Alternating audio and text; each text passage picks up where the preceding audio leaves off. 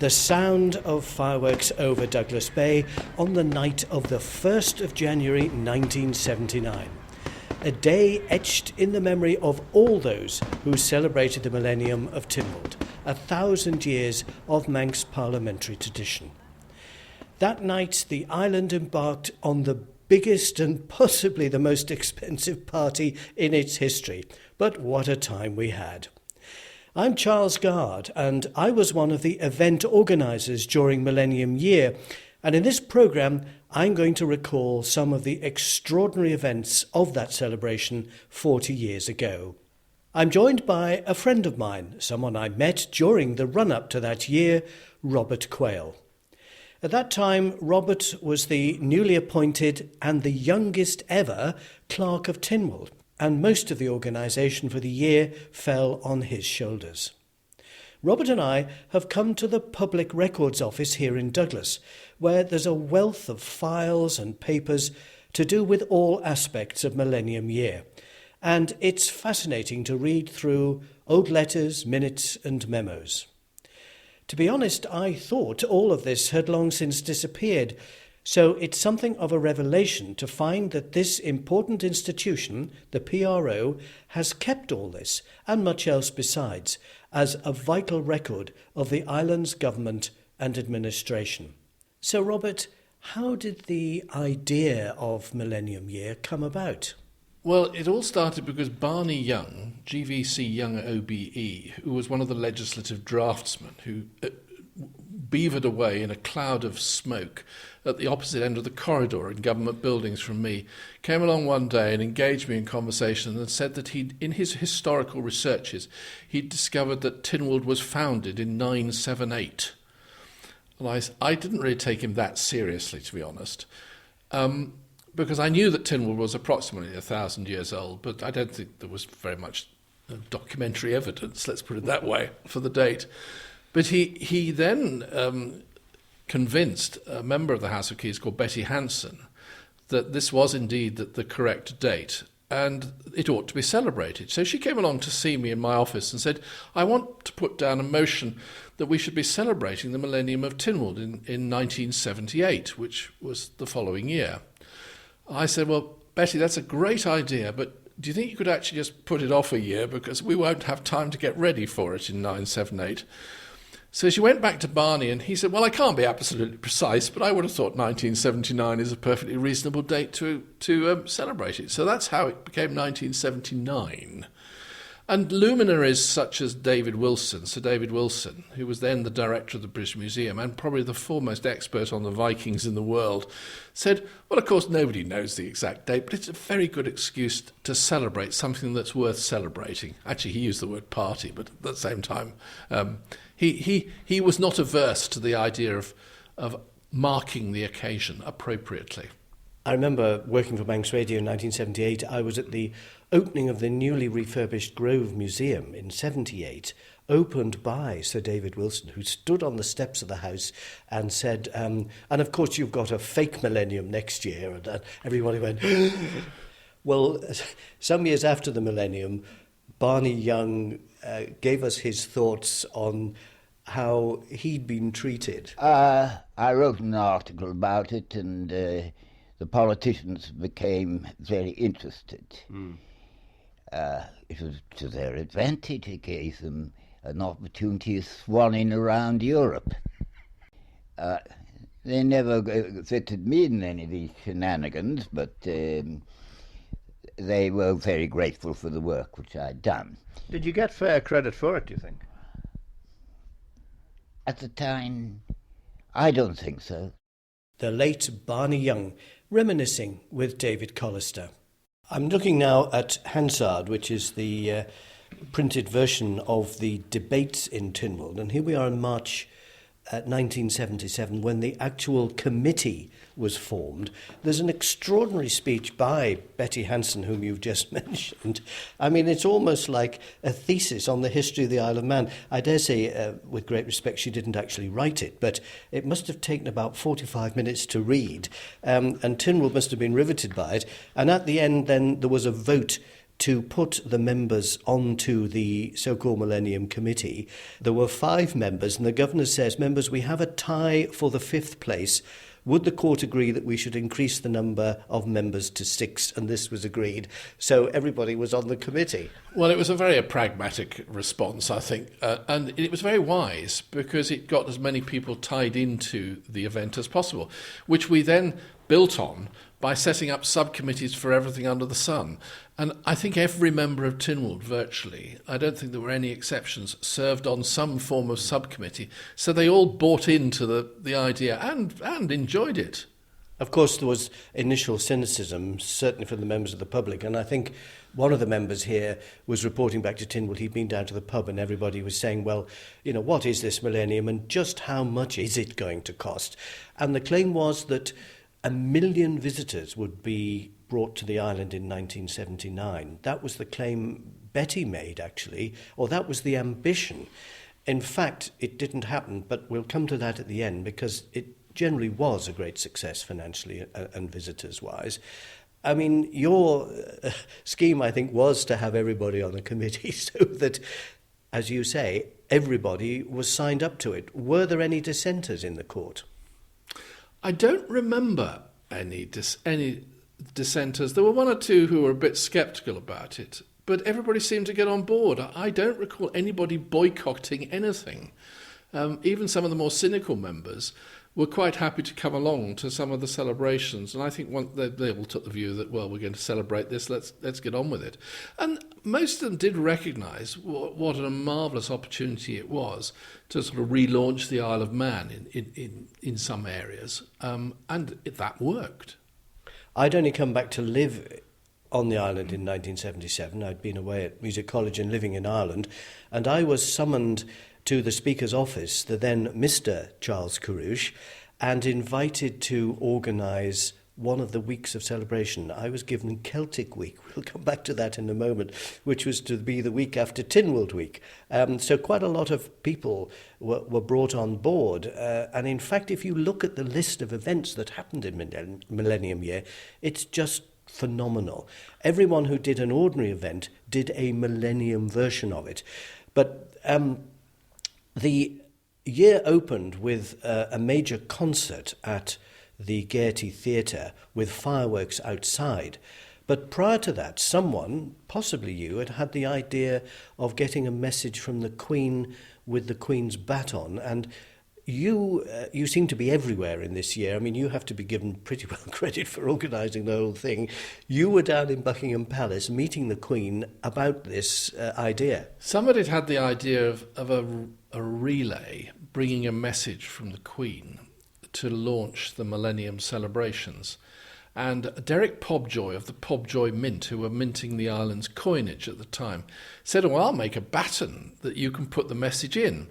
And the committee came up with this idea of this relay of runners. And there was a lovely guy called Derek Harrison, who I think was the initial runner. And he helped organise a whole lot of island athletes to run the message through Britain to arrive in the island and then go round the island prior to its reception at this party at the Gaiety Theatre.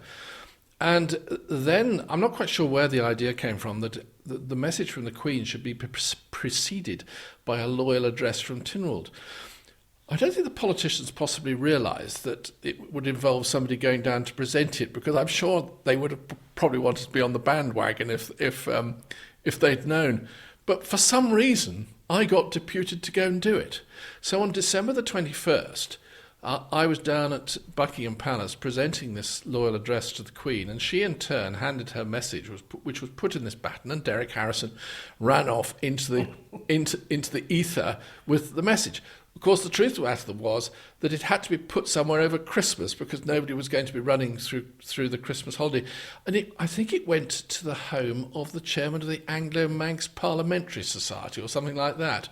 Would have been Lord Tony Greenwood, I think, and he promised to look after it over Christmas. And then it was handed back to the runners, and they then ran on with it through Britain, arriving in the island and then round the parishes and ending up in the Gaiety Theatre. As it did, and we've actually got some audio from that opening night in the Gaiety Theatre. commentated by Ian Cannell, as the baton comes in and you're speaking and then Sir Charles, or Charles Carouche is speaking.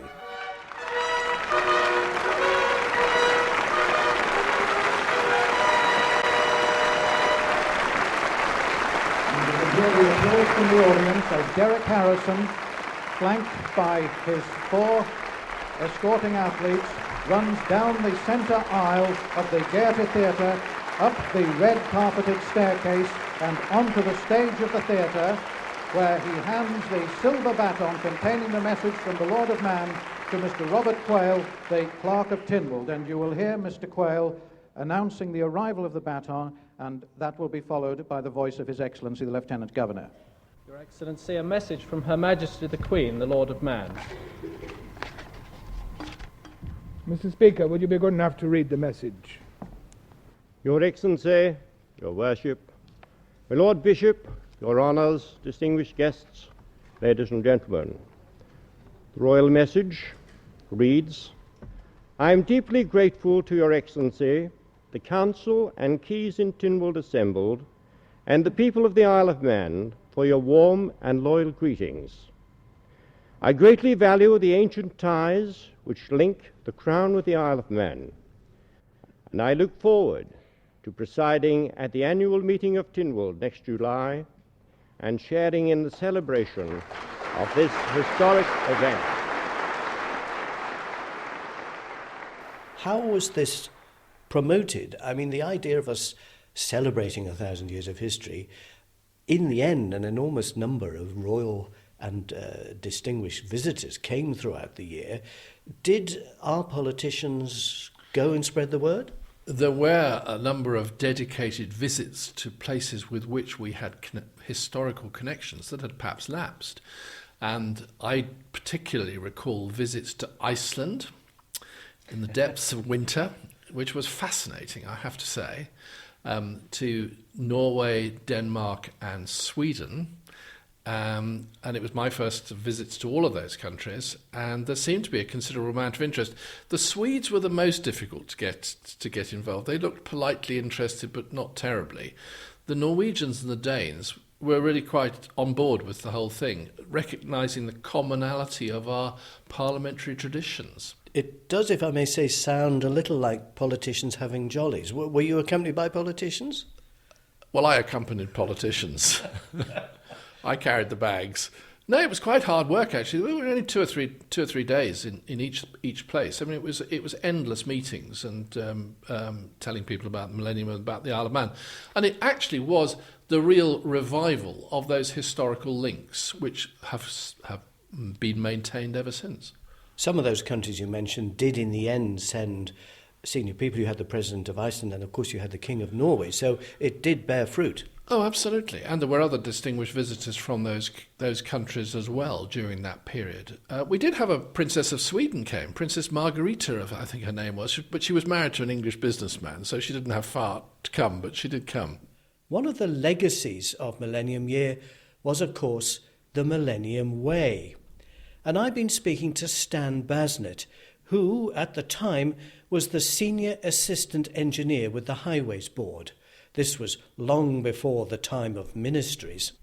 And he recalls how he was deputed to put the island's first long-distance footpath together.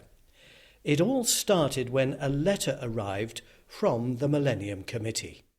It was asking for all government departments to come up with any scheme that would involve them or their land to commemorate the millennium.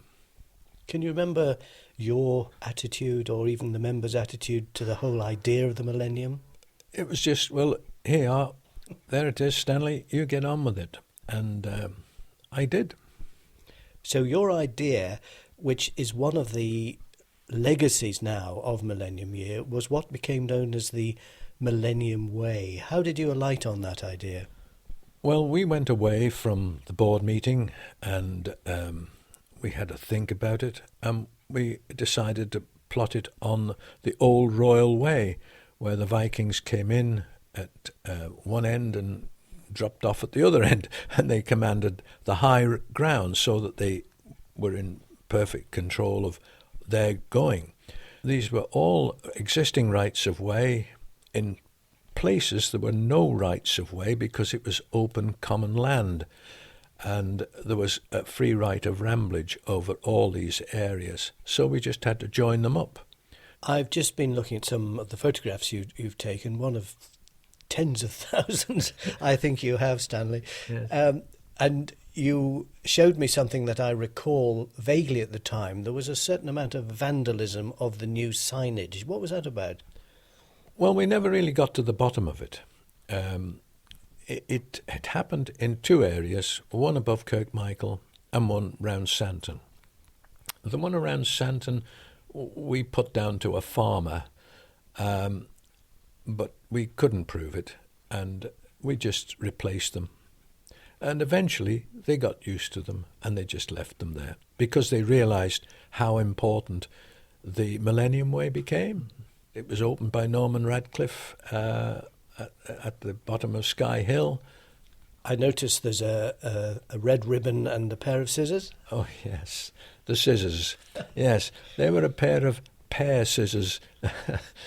And they were all glistened and they were polished and everything, and they were absolutely super.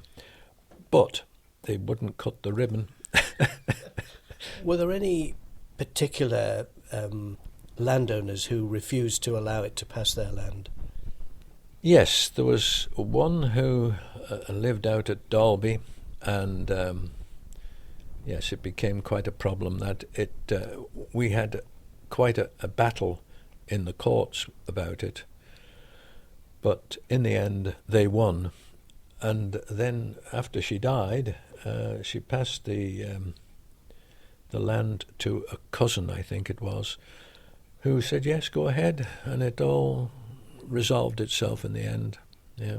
Well, Robert, one of the big events was the Mission to Man, organised by Bishop Vernon Nichols, I think. And there was a controversial side, I have to say, because the bishop decided to close all the church halls while the Mission to Man was on, to make sure that no one could have their crochet meeting or their yoga classes. I think they would all be forced to come to the Villa Marina. At least that's what it looked like. But you actually spoke at one of the big meetings in the Villa Marina, and you had said that day you had been walking part of the Millennium Way. And I have a photograph here that I don't think you've seen. I haven't, and there I recognise myself, and I recognise my younger brother, who's there, and I recognise my very good friend from Cambridge days, who's still a good friend, and my dog, Bumble, yes, who, as you can see, participated readily in any alfresco lunches. Well, there you are on the way, eating sandwiches. I mean, it's quite an opening and quite an event. How far did you get along the Millennium Way that day? We went from Sky Hill to Crosby, I think, and because I knew that Bishop Nichols had earmarked me to come and speak at the Mission to Man that evening, I thought, well, I better cry off and make sure that I'm not sort of on my knees, literally, for the event. But I think I do recall using the illustration that I picked up on the walk of seeing these finger posts or these little signposts of showing you where you should go, as an indication about how life panned out, really. And one occasionally got these, signposts. Yes, I've heard the sermon. It's very impressive. All right, well, thank you. I don't remember much more about it than that, except that there were a lot of people there, I remember. The two big things I think you could say about Millennium Year was, of course, the royal visit, which we'll come to in a moment, but the other was Odin's Raven, and that got international publicity and is still, of course, remembered today. How were you involved in that? Well, there was a man who lived on the Isle of Man called Warwick Charlton who'd come up with an idea of doing a voyage from Norway. And I don't know whether he influenced Robin or whether Robin Bigland had the idea totally spontaneously. But he then came forward with this idea of having a boat built, a replica boat built in Norway, and getting together a crew to row it or sail it to the Isle of Man. And what's more, Robin was deeply committed and agreed to underwrite the cost of it fantastically and generously. and it was very much his project. And of course, it was one of the events that really captured the public imagination in Millennium Year. Well, I've been speaking to Robin Bigland about that. The family Bigland came from Cumbria, but originally they were from Biglandsfjord in Norway. So he had, a great Viking heritage. And he told me more about how it all came about. Well, I suppose the mere fact that the family had historically come over from Norway in such circumstances had fascinated me from an early age. And here was a golden opportunity to relive a childhood dream, as it were. And we were able to find a small family boat builder, much in the same way that the Vikings had their own boats built, at a place called Tynwald off the Oslo Fjord, and got her going. I think it was a bit of a surprise to many people that it did actually happen, but in the event, Sir Charles Carouche in those days came across and did his bit, and I was fortunate again to have a friend who was in those days commanding the Special Boat Section of the Royal Marines, and I asked him if he could help us with the training, which he jumped at, and so we got a mixed crew of Norwegians, 5 Norwegians, and 11 from the Isle of Man, following an advertisement I put in the papers asking if the Viking spirit lived, and it sure did, because we got 483 replies, I think it was. So, having eventually whittled that all down to 25 aspirants, everyone had to fulfill certain conditions, in fitness and whatever terms, and then we got it going. You mentioned the family boat builders. I know that you wanted to get the boat insured with Lloyd's, and they asked to see the plans. And when you went back to the builders, I think you found that they were actually building it really on the hoof. As they had done for many, many hundreds of years. Yeah, exactly that. I mean, there wasn't a plan, quite simply. And I did ask there were 3 brothers involved, the elder brother. I said, could I have the plans, you see? And he said, tomorrow morning. And I thought, it's a bit strange. So I went and had a look and watched from a covered spot. And, of course, they were just moving around. Everything was done by eye, hand and eye. The training. Now, I do remember a photograph of all you aspirant Norwegian or Vikings from behind, all stark naked down at Flesvig. Is that right? Did I see that in the Telegraph?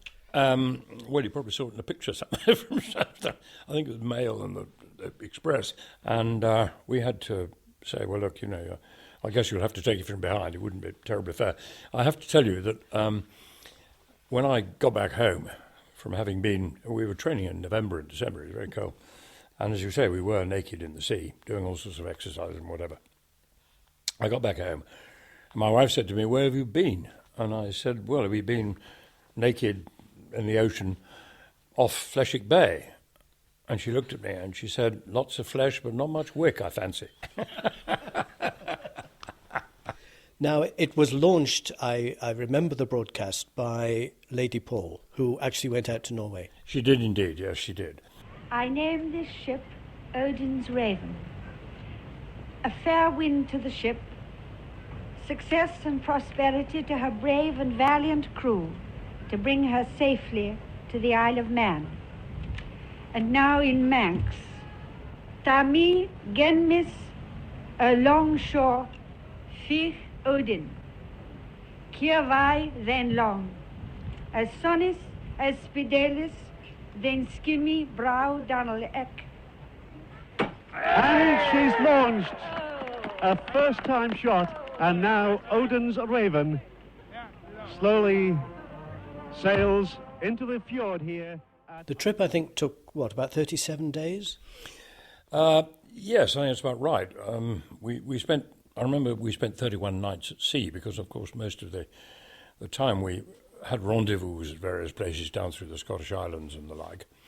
And in order to turn up at whatever time, 10 o'clock the following morning or something, you had to get there the night before and then sort of appear around the headland, to the bands playing and the other jamboree.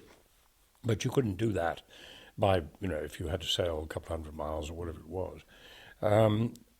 Obviously, you had to arrive ahead of time, and so it involved a great deal of night sailing.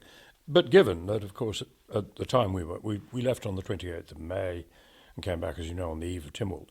The thing was, of course, that you didn't have any support boats with you. You refused to have that. You were out there as the Vikings would have been. Well, we did want it to be a proper experience. I mean, I think when you have escort vessels and things, it's not.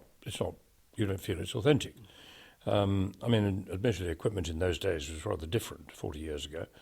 You didn't have sort of Gore-Tex. Well, actually, we did. That's not true. We were asked if we would try out some Gore-Tex, the original Gore-Tex. But unfortunately, it didn't work. It blistered and leaked.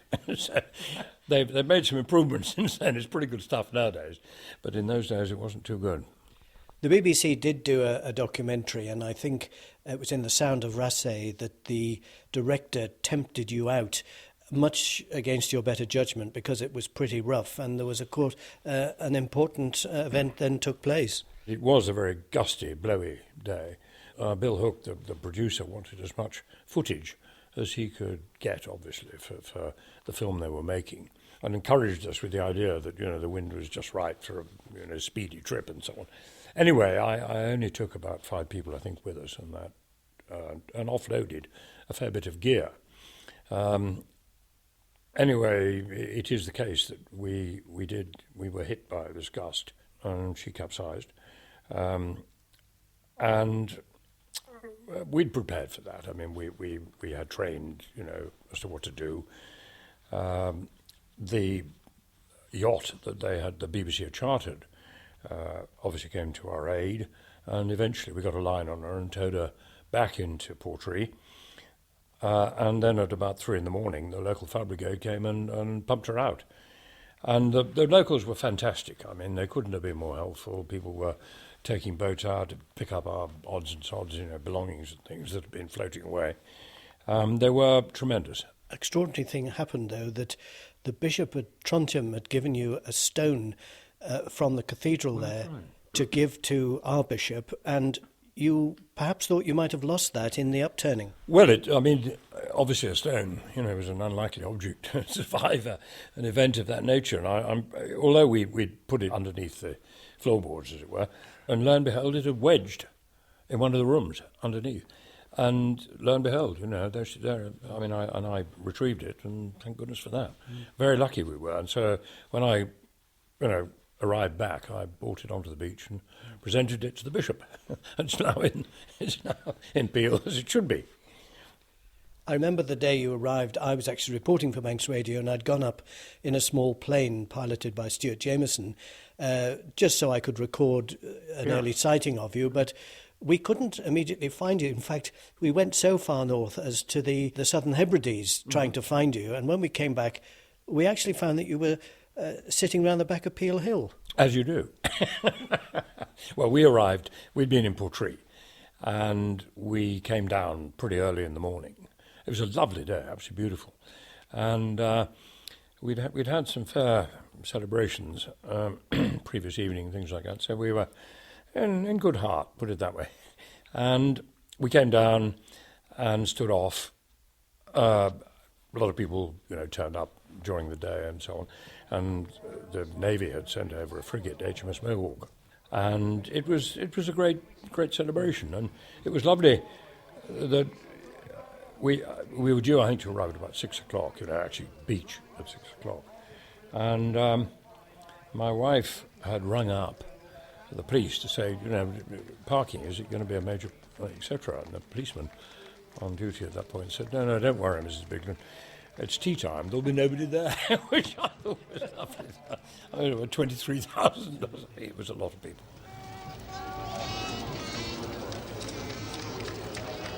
The sound of Odin's Raven arriving in Peel on the evening of the 4th of July. Well, Robert, the even bigger highlight of that week was, of course, the royal visit of Her Majesty the Queen, which had been announced at the opening ceremony in the Gaiety in the January. And this must have taken an enormous amount of your time. When you read the statistics of who was here and what was happening, I mean, how did you pull it all together?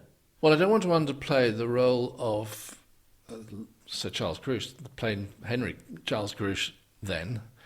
He was a man who had big ideas, and he, I think, captured the vision of enhancing the Tynwald ceremony and making it a little bit more special. And we'd had a sort of dry run of what we were going to do in 1978. We'd had a video taken of it, and we'd created the galleries in St John's Church to get more people in, which was controversial in itself because there was a question of whether it needed a faculty from the Church of England, and we rather took the view that actually it belonged to the government, so we just get on with it.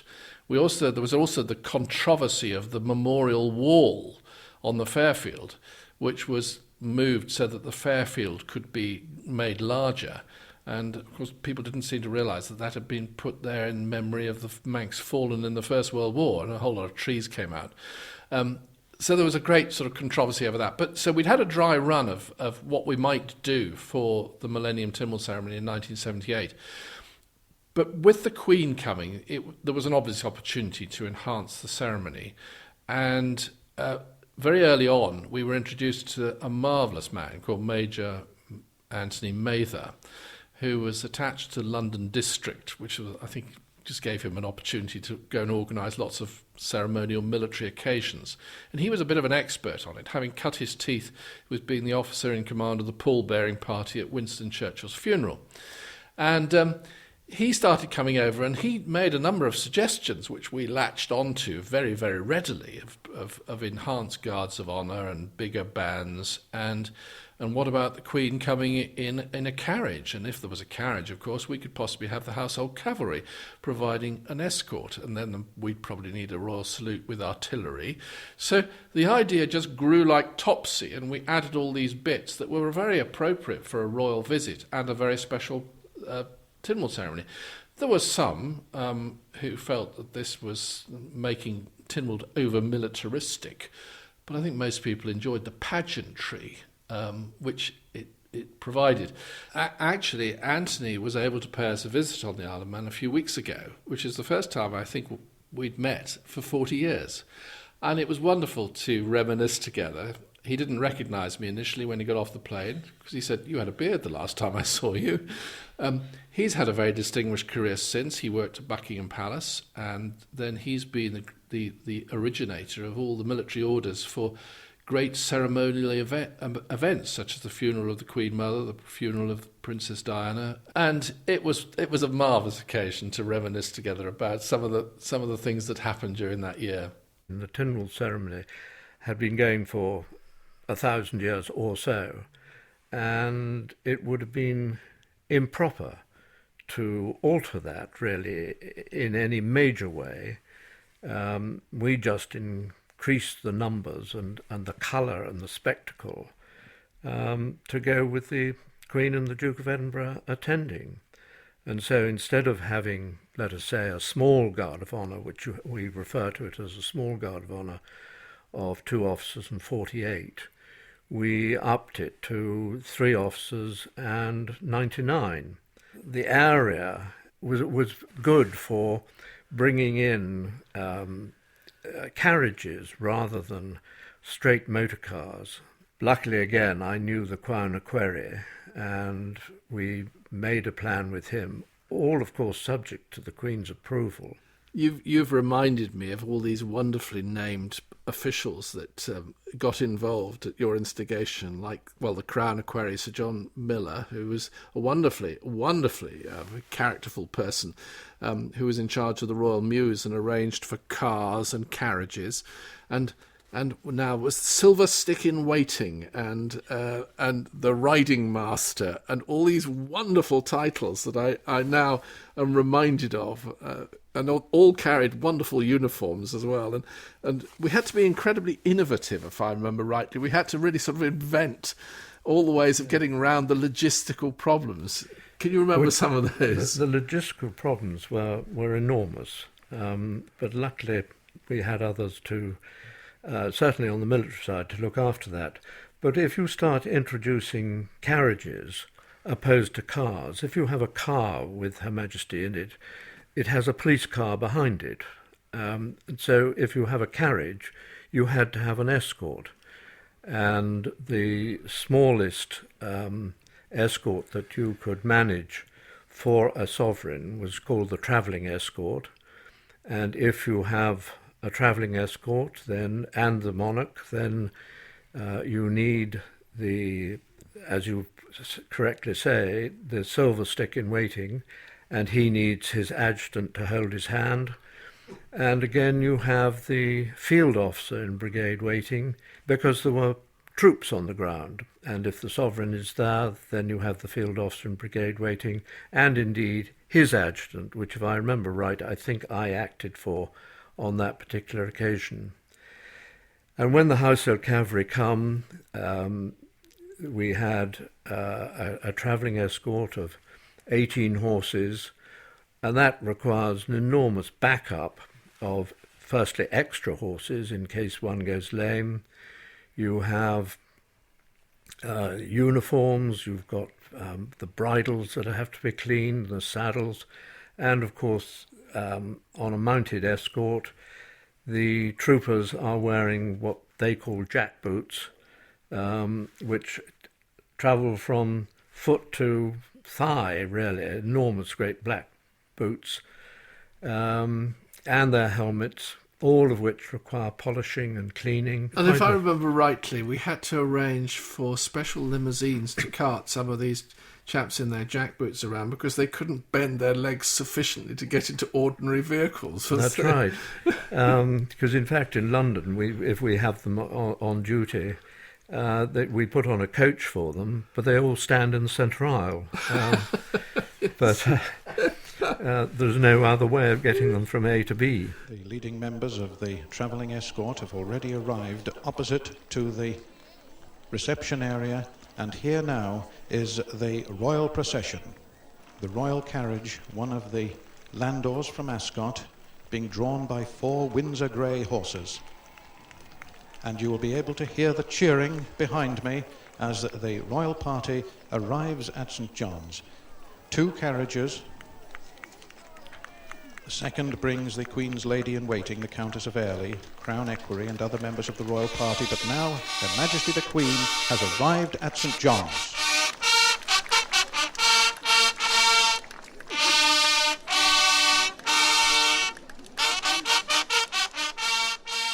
Well, Robert, the sound of the fanfare trumpeters as the Queen arrived at Tynwald, with the commentary there by the incomparable Ian Cannell, who was the voice of Tynwald for so many years.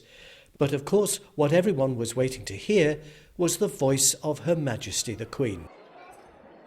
Learned Deemster, direct the court to be fenced. Coroner of Grand Faber Sheeting and in Lider, fence the court. And there, of course, was the voice of Deemster Roy Eason, the first Deemster, actually appearing for the last time before his retirement. After the Acts had been promulgated and 3 cheers for Her Majesty had been roused, the Deemster asked a question.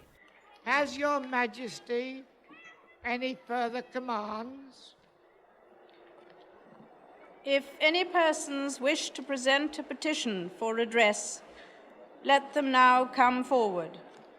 Were there a number of petitions for redress that day? There were. Blowed if I can remember how many there were, but it was a marvellous opportunity for anybody who had any kind of grievance to come along and get a bit of publicity and present them inevitably to the Queen. One of the more memorable ones was Mrs. Hazel Hannon, who wasn't at MHK at the time. I haven't the first idea what her petition was about now, but she arrived, and we'd obviously felt the need to make sure that petitioners were at least appropriately decorously dressed. And Hazel turned up in jeans and a T-shirt at the sort of pre-meeting to be briefed on what to do. And I think she recalled my look of horror at seeing her garbed in that way, and it was all a try-on because she had fully intended to go and get properly dressed afterwards, but she succeeded in winding me up. The captioning ceremony afterwards in the church, the Queen and the Duke of Edinburgh walk back to the church, and there's a sitting of Tynwald where the acts that have been promulgated are signed. It's normally done with a quill pen. Did she use a quill? I was told that the Queen declined to use such newfangled writing implements and that she'd only use a Parker 61. So I actually went and bought a Parker 61 personally, thinking, well, I'll produce a pen for her to use and then I can keep it.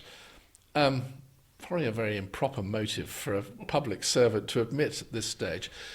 But it was there for her to use. I don't know actually whether she used it, because I was told that she did take something out of her handbag as well.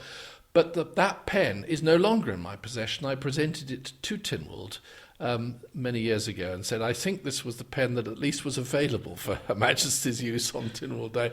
But there was a bit of a glitch. Your Excellency, members of the Council, Mr. Speaker and members of the House of Keys, we shall now caption the acts just promulgated on Tynwald Hill. Because the wording that had been stamped on each act that had been promulgated rather suggested that the Lieutenant Governor would sign it.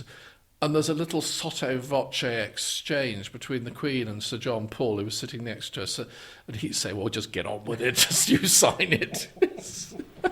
The Court will now stand adjourned to Tuesday, the 10th of July, 1979, at 10:30 a.m. in Douglas. The Council will now retire, and members of the House of Keys will remain to transact such business as may be brought before them. Later that day, of course, there was the official opening of the new Peel School, the secondary school, Queen Elizabeth II's school, named after Her Majesty, and the chairman of the Millennium Committee, who dressed as wonderfully as the Queen herself, Betty Hanson, was there. And I have to say, not being unkind, but quite a few of the people we hear speaking on Tynwald Day affected very, very far back accents that I'm sure they didn't normally have. Here we hear Betty Hanson welcoming Her Majesty. In welcoming Your Majesty to this school, I express the greatest possible joy and honour that the Board of Education and the people of the island feel about your presence here this afternoon. Your Majesty, may I humbly ask you to unveil the plaque which commemorates this historical event. Betty Hanson with her best voice. Well, after Tynwald Week, there was Celtic Week, which I was organising, and I think I spent around £45,000 that week alone. We had the Irish-Scottish shinty hurling final, but we had to fly all the players in private planes, which wasn't cheap.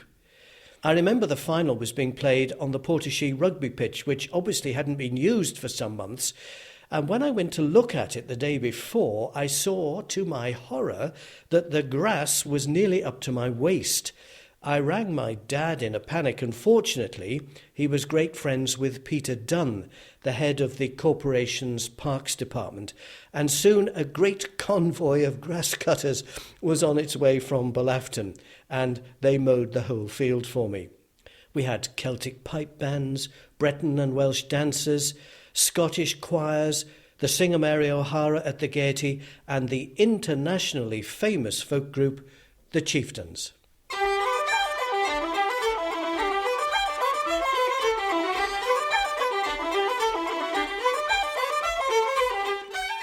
Now, they were staying at the Villiers Hotel, and Paddy Maloney, who ran the group, insisted on being paid in cash, something the government doesn't normally do. I had to get special dispensation from someone in the Treasury and go with a chit to the Isle of Man Bank, where I was given a bag with £2,200 in it, and I then walked down Victoria Street into the Villiers and up to Paddy's room and handed it over. Slightly unconventional. So, Robert, there was a long list of distinguished guests on the island that year. The Queen's visit was the highlight, of course, but there were other royals as well. We did actually have Prince Charles very briefly. I think he flew in on the same plane as somebody, but he didn't stop. The Princess Royal, who wasn't the Princess Royal then, she was just plain Princess Anne, came to events associated with Save the Children Fund and Riding for the Disabled, and there was a ball held in the Villa Marina, organised by Eunice Salmon, Fenella, who embraced the whole idea of Millennium with great enthusiasm, particularly as it involved, notable people coming whom she could interview for her page.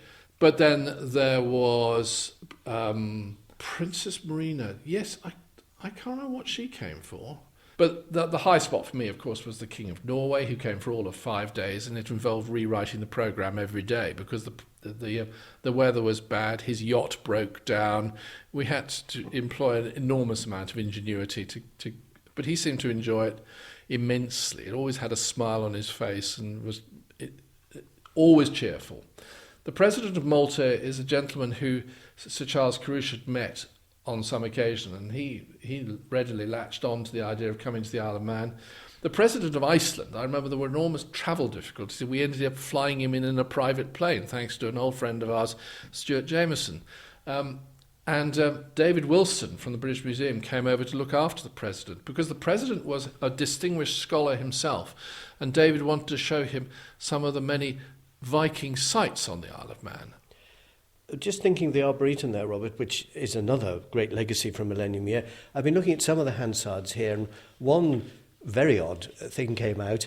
There was a debate in Tynwald, and Elspeth Quayle, who I presume was chairman of the Forestry Board, stood up and said, amongst other things her department had been asked to do, was to plant 10,000 palms on the island, and she really didn't think this was a good idea, and she's quite right. Well, I think she was right as well. One of the things the Millennium Committee did was to actually sort of advertise for ideas as to how we should celebrate this great occasion, and we got all sorts of crackpot ideas coming in, and somebody obviously thought that palm trees were what the Isle of Man was associated with and suggested that there should be 10,000 of the flaming things. I'm so relieved they didn't do that. Well, I think in hindsight that was a wise decision. There were so many events during the year. Indeed, anyone who did a regular event made it into a special Millennium event. And then there was a Manx wedding at Mackhold, a reenactment of the mutiny on the Bounty in Onchan, a tattoo in Douglas, a special Scottish week. The TV programme It's a Knockout visited the island. There was an air race at Derby, an international folk festival, and then there was the Millennium Lottery. This was hugely successful, the idea being to raise money for the elderly and the disabled of the island. Some 3 million tickets were sold, bringing in over £350,000 for that good cause. The draw for the winning ticket, worth £50,000, was in the Villa Marina, and the chairman of Executive Council, Percy Radcliffe, made the draw. Unfortunately, it wasn't a Manx person who won it, but where was the winner from? Percy had a bit of difficulty deciphering the name. The name on the ticket is David Thompson. The address is 9 Brien, Brien, Crescent. Now, the next part of it, I'm certain, in my estimation, it doesn't belong to the Isle of Man. It's spelt BALUNALLARO.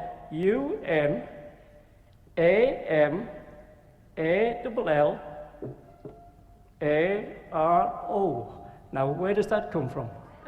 Ireland. 9 Bryan Crescent. By the way, the gentleman who had won lived in a place called Ballinamallard in Enniskillen. Which reminds me of one story I heard. There was something like 700 military personnel on the island during Tynwald Week, and a good few military police as well. Most of them were billeted in the Derby camp, but some were staying in hotels in Douglas, and apparently one policeman, when he was checking into his hotel on Loch Prom, noticed that the person in front of him was a member of the IRA, who was apparently over having a week's holiday. Well, as the year came to a close, I think everyone felt that it had been certainly worthwhile, and a few months later in Tynwald, there was the final report about the cost of it all, and I'm looking again at Hansard here, and the cost to the government was approximately 833,000 by Treasury figures, though it says here this could become less because the sale of camp beds and sleeping bags still continues to have an income. But they then told us that the increase in tourists was up by 71,000, with another 34,000 day trippers, and that the direct benefit to the government was something like 2.6 million. So I think by any standards, it was a success. I think when we came to initially work out how much Millennium was going to cost, there were no parameters on which to work, and so there'd been quite a lot of guesswork involved in how much things might cost. And the event did rather grow like Topsy, and with every new idea there was obviously money to be found. But we'd always, I think, had it in the backs of the committee's mind that this would seek to generate income for the Isle of Man. And under the old Common Purse Agreement, of course, every visitor was worth a certain amount of money. In net terms, I think it was financially beneficial to the Isle of Man, even though there were one or two quite expensive events on the way. Well, talking of that, I can't help noticing you came back in 1980 for a further, in February, 50,000 for the Tynwald ceremony, and then I think in March or April, a further £130,000 for the Tynwald ceremony. Presumably bills were still coming in, were they? I couldn't possibly comment.